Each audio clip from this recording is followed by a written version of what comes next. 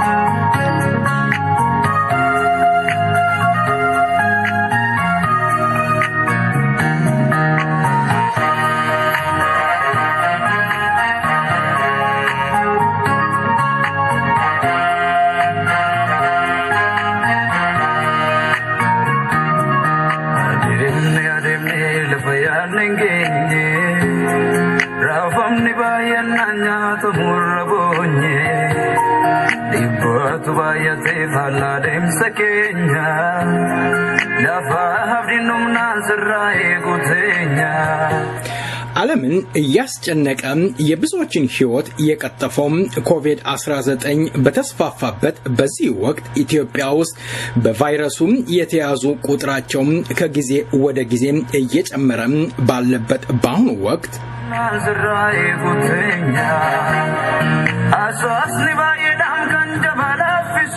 ህገወጥ ቤት ናቸው በሚል ሰንካላ ምክንያቶች አቅመ ደካማ እናቶች፣ ህፃናቶች፣ ሴቶች ቤቶቻቸውን በላያቸው ላይ እየፈረሰባቸው ለጎዳና ተዳዳሪነት ተዳርገዋል። ህገወጥ ቤት ነው በሚል በዚህ ሰዓት ማፍረሱ ምን ያህል ተገቢነት አለው ይሆን?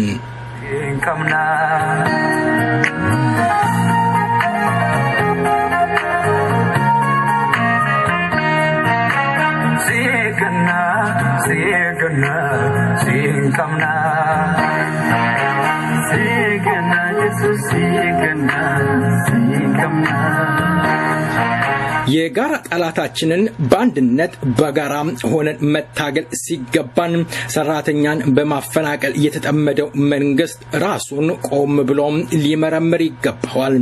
ሶዶሬም ሪዞልት ለብዙዎች የሥራ መስክ የከፈተ ከ2000 በላይ ሰራተኞች ያለው ድርጅት ነው። ይሄንን ድርጅት ዘግቶ ሰራተኞችን መበተን ምን ያህል አግባብነት አለው? ለሀገርስ ታስቦ ይሆን?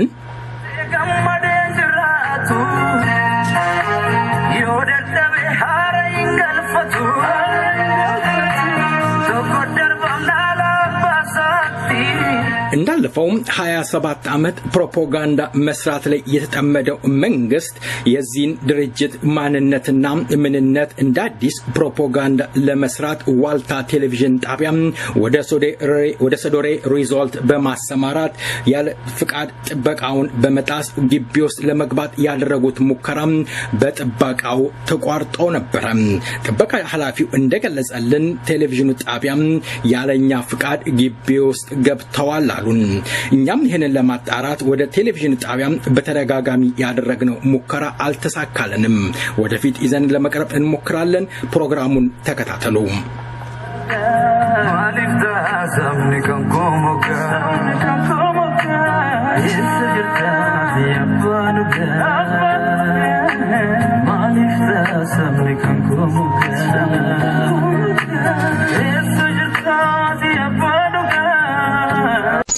መልካም ኢዮብ ባይሳ እባላለሁ ከሰይፈ ነበልባል ራዲዮ ዝግጅት ክፍል ነው። ቀደም ስለውሎትም አሁንም ማናግሮት ምንድነው በሶዶሬ ሪዞልት አካባቢ ችግር አለ የሚባል ነገር ሰማው። ምን ተፈጠረ? ምንድነው እሱ ያለው? በሶዶሬ ሪዞልት አካባቢ በዛሬው ዕለት ነበር። እሺ ድርጅቱ አጥር ጥሶ ገብተው ነው። እነማን ናቸው? ከሬዲዮ ፋና። እሺ ምንድነው ያደረጉት? ከዋልታ ይቅርታ ይደረግልኝ። ከዋልታ ነው? አዎ ከዋልታ ነው። የተደረገው ነገር ውስን ሰዎች ከአካባቢው አሰባስበው ያልተጎዱ ህዝብ ያልወከላቸው እንደተጎዱ አድርገው የስም ማጥፋት አድማ ነው ጉዳዩ። በምን ዙሪያ ነው አድማው? ምን ሊያደርግ ነው የመጣው? ራሳቸውን አልገለጹም ነበረ? ራሳቸውን አልገለጹልንም። በሰዓቱ የነበሩትን ጥበቃ ጥሰው ነው የገቡት ወደ ውስጥ። እሺ ከተገባ በኋላ ባለሀብቱ ህብረተሰቡን እንደዘረፈ እንዳፈናቀለ ነው የስም ማጥፋት ወሬ ሲያስተላልፉ የነበሩት። እኛም በአካል ድርጅቱ ጥበቃ ክፍል ኃላፊ ነኝ። በተደወለልኝ መሰረት እስከ ቦታው ሄድኩ። ወደ ውስጥም ዘርጎ ሊገቡ ነበር ያለ ፈቃድ ያለ አንዳች እውቅና። ለዚህ ጉዳይ ነው የተላክነው ተብላችሁ ሳትመጡ ያለኔ እውቅና መግባትም አይቻልም ተባባልን። አንድ ሁለት ከተባባልን በኋላ እዛው በነበሩበት ቦታ ቆመው አልተቀበሉም። አሁን በእኛ አካባቢ ያለው ትልቁ ነገር ችግሩ ህብረተሰቡና ባለሀብቱ በአሁኑ ሰዓት ይህ የማይባል ግንኙነት ነው ያላቸው። በመልካምነት ሰው ሲታመም እያስታመመ፣ መማር ያቃተውን እያስተማረ፣ የተራበውን እያበላ ነው ያለው እያሰራ። ህዝቡ ሳይወክላቸው ግን ህዝብ የወክላቸው መስለው ለሌላ አላማ ነው እየተካሄደ ያለው። አሁን ከነ ፍለፊት እየተወጣ ነው ያለው ጉዳዩ እና በዚህ ጉዳይ ቀደምትም ወደ ሶደሬ በሚመጡ ከስተመሮች እና ከሶደሬ በሚመጡት ከስተመሮች ላይ ከስተመር የሶደሬ ስም አጥፍቶ ወደዚህ እንዳይመጣ ስጋት እንዲያድርባቸው በቶክስ የዝርፋ ሙከራም አልፎ ነበር። ያን ነገር ሁሉ እኛ ባደረግነው ክትትል ከነ ሌንጀር መሳሪያና ከነ ማዕረግ ይዘናል። ከነ ማዕረግ ማለት ምንድነው? ማዕረጋቸው ፖሊሶች ናቸው የተያዙት? ሲቪል ህብረተሰብ ነው። የመከላከያ ልብስ ተለብሶ ነው እንግዲህ መንገድ ላይ በሰዓቱ ምክትል አስር አለቃ ማዕረግ አድርጎ መሳሪያ ይዘው ልክ ለዘርፊያው ሲዘጋጅ እጅ ከፍንጅ ነው የተያዘው በቀበሌ ታጣቂዎች። እና እኚህ ሰዎች አሁን ቀጥታ በቃ የቤቱን ስምን ለማጥፋት ሰው ቤቱን እንዲሰጋና ወደ ቤቱ ተመጥቶ አንድ በቤቱ ባለቤትም አንድ ሰው ነው፣ አንድ እንጀራ ነው የሚበላው። ዞሮ ተጎጂ ብዙሃኑ ነው፣ እኛ ነን ተጎጂዎች። እዚህ ጋር ከ2000 ሰራተኛ በላይ ነው ድርጅት ውስጥ የሚሰራ። ይህ ነገር ነው እየተደረገብን ያለው በተደጋጋሚ። በመሳሪያም መኪናችንን እስከ መምታት ደርሷል። ከዚህም በፊት የጥበቃ አባሎችን መንገድ ላይ በምናሰማራበት ጊዜ ችለነው ይሄን ሁሉ ከእግዚአብሔር ጋር ዛሬ ደርሰናል። አሁን ደግሞ ማንኛውም ሚዲያ ወደሆነ ግቢ ሲገባ ከእንዲህ አይነት አካል ነው የመጣሁት ኤከሌ ይባላለሁ አይዲ ካርዱን የመጣበትን ሊሰራ ማሳወቅ ሲገባው በድብቅ በተዘጋ መንገድ ላይ አስከፍቶ መግባት ማለት ለኔ በጣም ነው ያሳዝናል በጣም። እና እርሶ እንግዲህ እንደገለጹልኝ ዋልታ ቴሌቪዥን ጣቢያ ወደ እናንተ መጥቶ በጉልበት ወይም ያለ ፍቃድ እንደገባ ነው እየገለጹልኝ ያለው። ቅድሚያ እርሶ ይሄንን አያውቁም ነበረ? ደብዳቤ ያልደረሶትም? ድርጅቱን ምንም ነገር የደረሰኝ ነገር የለም። ምንም ነገር የነበሩትን ጥበቃ በማስፈራራት ነው የገቡት። ወሰነ የፖሊስ አባልም ሁለት የፖሊስ አባልም ነበር ከነሱ ጋር።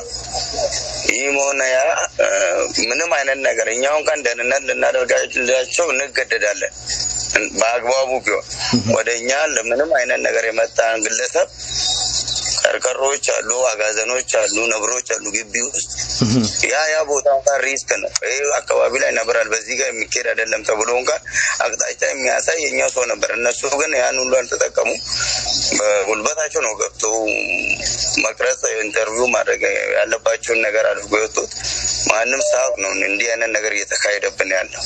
ይሄ ባለሀብት ማን ነው የሚባለው? እስኪ ይግለጹልኝ ለአድማጭ ግልጽ ለማድረግ። ይሄ ባለሀብት ማን ነው? የሶደሬ ሪዞርት ባለሀብት አቶ ድንቁ ደያስ ነው።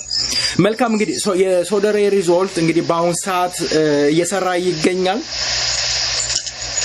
ሶደሬ ሪዞርት በአሁን ሰዓት ተዘግቷል። እንግዲህ እርሱ አሁን እንደገለጹልኝ እኚህ ሰውዬ እኚህ ባለሀብት በአካባቢው በጣም የተወደዱና የተቸገረን እንደሚረዱ የተራቡትን እንደሚያበሉ የመማር ለሚፈልጉ እንደሚያስተምሩ ገልጸውልኛል ሶደሬም ደግሞ 2000 የሚሆን ሰራተኛ እንዳለው እየገለጹልኝ የሚገኙት ይሰሙኛል እየሰማው ነው ያ ወደ 2000 ሰራተኛ እንዳለው ገልጿል ሰራተኛው በአሁን ሰዓት በምን ሁኔታ ላይ ይገኛል የአካባቢው ህዝብስ ምን ይላል እውነት እኚህ ባለሀብት ህዝቡን ከበደሉ በህግ ሊጠየቁ ይገባል ይሄንን አድርገዋል ህዝቡስ ምን ይያለ ይገኛል ህዝቡ በአሁን ሰዓት ያለበት ሁኔታ እጅግ በጣም ነው የሚያዛዝነው ባለሀብቱ ቅድምም እንዳልኩት አንድ ሰው ነው አንድ ሰው ብዙዋንን ሊተካ አይችልም እሱም አንድ ሰው ነው አንድ እንጀራ ነው እንደማንኛውም ይበላው ማስጠንቀቂያውን ካሳይ ነገረን ነው ይሄ ነገር በድርጅቱ ላይ ሆነብን እንደ ሰራተኛ እኛም እናውቀው አንድም ነገር የለም አካባቢው ህብረተሰብ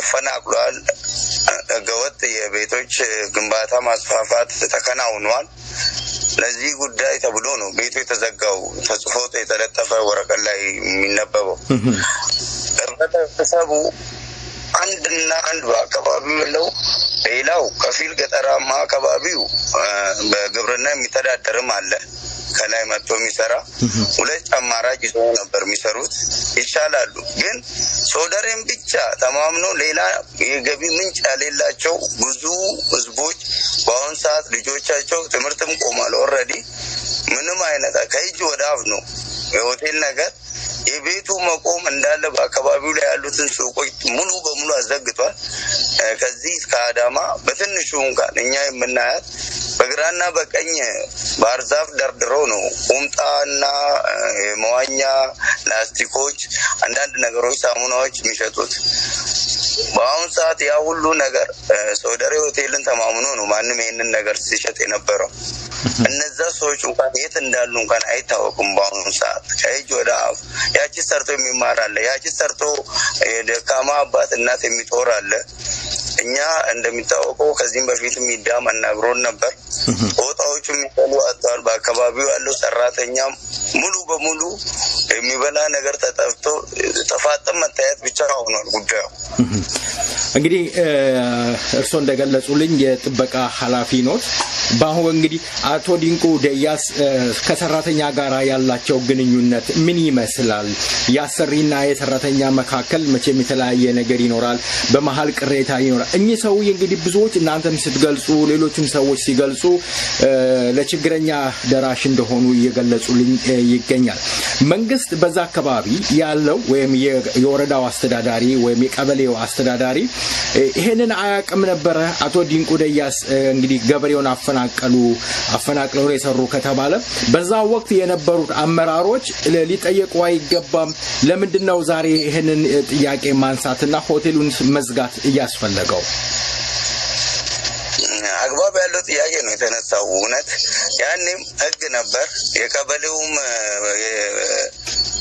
አስፈጻሚዎች ነበሩ የተደረገው ነገር አጭር ነው ግልጽ ነው ተነጋግረናል ከነሱ ጋር የተነካ ቦታ ካለ በቀደምም በኢንተርቪው ብዙ ነገር ሲደረግ እኛ እንደ ሰራተኛ ነን ከሰራተኛ ደግሞ ትንሽ ወጣ የምታደርገናል ልንኖር ትችላለች የአካባቢው ተወላጅ ነኝ እኔ የአካባቢው ተወላጅ ከመሆን የተነሳ የማስፋፊያ ቦታው ግንባታው ሲከናወንበት በሰላም ነው ሁሉ ቁጭ ብሎ የመሬት ባለቤት ኢንተርቪዎቹን ቡካቸውን ይዞ መጥቶ ባል ሚስት ሆኖ ባለሀብቱ ቁጭ ብሎ ተወያይተው በእንደኔ ያክል ብር አርግልን በቀርጥ ተባብለው ነው በቀርጥ ያ ነገር ተደርጎላቸው ግንባታው የቀጠለው የጀመረው ተጠቅሟል አሁን ገበሬው አይደለም በአሁኑ ሰዓት ህዝቡ እንደተጎዳ ገበሬ እንደተዘረፈ አድርጎ የሚያወራው ገበሬው አካባቢው ትክክለኛ እውነት ተናጋሪው የሆነ ነዋሪ ህዝቡ ሳይሆን ሌላ ከስተጀርባቸው ሌላ ነገር እየተጠቀሙ ስም ማጥፋት ስብሰባ ላይም አሁን ህብረተሰቡ እንደ አካባቢው እንደ ቀበሌ ገበሬ ማህበሩ ሁለት ቦታ ተከፋፍሏል ምንም ነገር በማይመለከተው እኛ ተመክቶን ሁሉን ነገር አድርገናል ከባላቱ ጋር ቁጭ ብለን ተነጋግረናል ከአንድ ቤት 8 ሰው 4 ሰው 5 ሰው ነው ቢያንስ ስራ ውስጥ ያለው ማለት ነው እኛ ግንባታው ሲስፋፋ እኛ ትላንትና ቤት ሲውሉ የነበሩ ወንድሞቻችን እህቶቻችን በስራ ላይ ናቸው። ደስ ብሎን ረክተን ነው እየሰራን የነበር ነው። በዚህ መሀል ግን ምንም ህዝብ ያልወከላቸው ሰው ግለሰቦች ናቸው። በቁጥር ከ7 እስከ 11 የሚሆኑ ናቸው። ሌላ አላማ አላቸው። ከስተዋላቸው ፑሽ የሚያደርጋቸው አለ። ምንድነው ከኋላቸው ፑሽ የሚያደርጋቸው? ይሄ ምናልባት ሊገልጹልኝ ይችላሉ? ምንድነው አላማው? ሰፊው ህዝብ ከተቀበለ ይሄ ጥቂቱ ህዝብ ማለት እንግዲህ እንደገለጹልኝ ከ7 እስከ 10 የሚሆኑ ከሆነ ምንድነው አላማው? ህግ ያለበት ሀገር እስከሆነ ድረስ እናንተ ለወረዳው የበላይ አካል የሚመለከተው የሆቴሉ ማስተዳዳሪ እርሶም ሆነው የሚደርስባችሁን በደል ወደ ህግ ሄዳችሁ አቤት ማለት አልቻላችሁም? ምንድነው አላማቸው? ከላይ ያሉት ወደ ህግ ሄደው አቤት ብሏል። እንደ ተናጠለ በኔው በጥበቃ ክፍል ኃላፊው ላይ ብዙ ነገር ነው የተከናወነብኝ። የግድያ ሙከራም ተደርጎብኛል። ምን ተደረገብኝ? የግድያ ሙከራ ማን ያደረገው? የማይታወቁ ሰው ተሸፋፍ ነው። በቤተ ክርስቲያን ግቢ ውስጥ እጅ ተጨብጭቦብኝ እንዳሳሰሩኝ ከአንድ 2 3 4 እንዳሳሰሩኝ ምንም ነገር ባላደረኩት ይሄን ሁሉ አልፈን ነው ከእግዚአብሔር ረድቶን ለዛሬ ደረስ ነው። ግን አሁንም የአካባቢውን ህብረተሰብ የማይወክል ከዛ ቦታ ላይ ምንም ነገር ያሌለው ከየትኛው አንግል ፈንድ ተደርጎለት እስከዚህ እንደሚሄድ ያልታወቁ ሰዎች ናቸው ይሄንን ነገር እያደረጉ ያሉት። አሁን እንደ አካባቢው ቀደምት በዚህ ስራ ላይ የነበረው ጥቂት የኦሮሞ ቁጥር ነው እንኳን ባለለ ሙሉ በሙሉ ማንም አይሰራም ማለት ይችላል። ሙሉ አፌም ማለት ነው። በአሁን ሰዓት ባለ ሀብቱ ሶደሬ ሪዞርትን ከገዛ በኋላ የነበረውም እንደነበረው ሆኖ ከኦሮሞ ብሔርም ሙሉ በሙሉ ስራ ፈላጊውን እንደ እውቀቱ ስለቀጠረ ስላስገባ የተማረ ደግሞ አዲስ ከገቡ ስላሉ የቅናም መንፈስ አድሮባቸው ነው ይሄ ነገር እየተከናወነብን ያለው። እንግዲህ እርሱ አሁን እንደገለጹልኝ ዛሬ ወደ ሶዶሬ ሪዞርት የዋልታ ቴሌቪዥን ሚዲያ ጣቢያ መጥቶ ለመግባት ሙከራ አድርጎ ነበር ነው እያሉኝ ያሉት። የአካባቢ ሰው ገብቷል? አዎ ሰው ገቡ። የአካባቢ ህዝብ ነበር በቦታው። ዛሬ ምንድን ነበር የመለሰላቸው መልስ? በደንብ ነበሩ የአካባቢ ነዋሪዎች። የጥበቃ አባሎቹ ሙሉ በሙሉ የአካባቢ ነዋሪዎች ናቸው። እጅግ በጣም ነው ያዘኑትም የደነገጡትም። ባልታሰበ ጊዜና ሰዓት ጠብቀው ሰንጥቀው የሆነ ቦታ መግባትም እንግዲህ ገበሬ ናቸው ብዛት የጥበቃ አባሎቹ። ከተገባ በኋላም የዛው አካባቢ ተወላጅና የዛው አካባቢ አሁን ተዘረፍን የሚሉት ቦታ ባለቤቶች የነበሩ ስለሆኑ ብዙ ነገር ነው አይቶ የታዘቡት። ትናንትና ይሄ ህዝብ እነሱ ሳይወክል ሄደው በዛ በክስም ይሁን በሽታው ጉዳይ ቤቱ እንዲዘጋ አስደርጓል። ከኛ ላይ ምን አላቸው እስከ መባባል ከልጆቻችን ላይ ምን አላቸው? ራሳቸው እኮ የት ውሎ እንደሚያገኙ እናውቃለን። ስራቸው ሌላ ይሄን የማይመለከታቸው ለልጆቻችን እቺኑን ካሰርተን በአሁን ሰዓት የጥበቃው አባል ብቻ ነው ግቢ ውስጥ ያለው። አሁን ብዙ ንብረቶች ስላሉ ጥበቃ በምንም አይነት ጊዜና ሰዓት ስራውን መፍታት አይችልም። ድርጅቱ ስራውን ጀመረም አልጀመረም የሚጠብቀው ጥበቃ ነው። እጅግ በጣም ነው አልቅሶ ሲናገር የነበሩት የአካባቢ ህብረተሰብ እኛ እንዴት እንኑር በቃ ሰላማዊ ሰልፍም እንወጣለን እስከ ማለት ነበር። ያው አዋጁ ሰላማዊ ሰልፍ መውጣት ስለማይቻል እንጂ ይሄ በሽታም ተደራርቦብን ባይሆን እስከ ዛሬ እንዲህ ቁጭ ብለን ከዛችሁ ከእጅ ወደ አፍ ከአንድ ቤት 3 4 ሰው ሰራ ማለት ከቤት ድስትና ምጣድ ያሌለው አለ ከቁርስ እስከ ራት ከዛው በልቶ ገብቶ የሚተኛ ይሄ ሁሉ ቀርቶብን ዛሬ ተፋጠን ነው እየተያየን ያለ ነው። መንግስትም አለን ነው የምንለው ብንረዳ። አሁን ብዙ የተቸገሩ ሲባል እንዲህ አይነቱ ቦታ ሊታይ ይገባል ነው እኔ የምለው። መልካም። በመጨረሻ ለማስተላለፍ የሚፈልጉት ነገር ካለ እድሉን ልስጥዎት እስኪ። በመጨረሻ ላስተላለፍ የምፈልገው ነገር እኛ እንደ ኢትዮጵያውያን እግዚአብሔር ያይናል። በምድር ላይ ነው ተራምደን የምንሄደው። ያልተደረገ ነገር እንደተደረገ ተደርጎ በውሸት ሰውን ለመግደል ከማሰብ ቀጥታ መንገድ ይዘን እግዚአብሔር በሚወደው መንገድ ሄደን ሁላችንም እውነት ሰርተን በእውነት ብንቀየር ምን አለበት?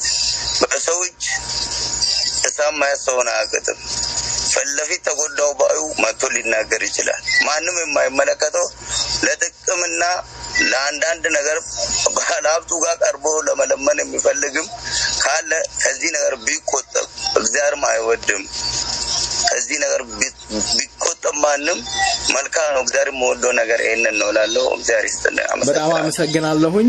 እግዚአብሔር ይስጥልኝ። የተከበራችሁ የሰይፈ ነበልባል ራዲዮ አድማጮች የሶደሬ ሪዞርት የጥበቃ ኃላፊ ከኛ ጋር ስላደረጉት ቆይታ በአድማጭ ስምና እንዲሁም በዝግጅት ክፍሉ ከልብ አመሰግናለሁኝ። ዛሬ የዋልታ ቴሌቪዥን ጣቢያ ወደ ድርጅቱ ያለ ፍቃድ ገብቶ ነበረ ግርግር ለመፍጠርና የተለያየ ፕሮፓጋንዳ ለመስራት ሙከራ አድርገዋል ነው ያሉኝ ያሉት። እንግዲህ ወደ ዋልታ ቴሌቪዥን ጣቢያ ደውለን ለማረጋገጥ እንሞክራለን። እግዚአብሔር ይስጥልኝ። አመሰግናለሁ።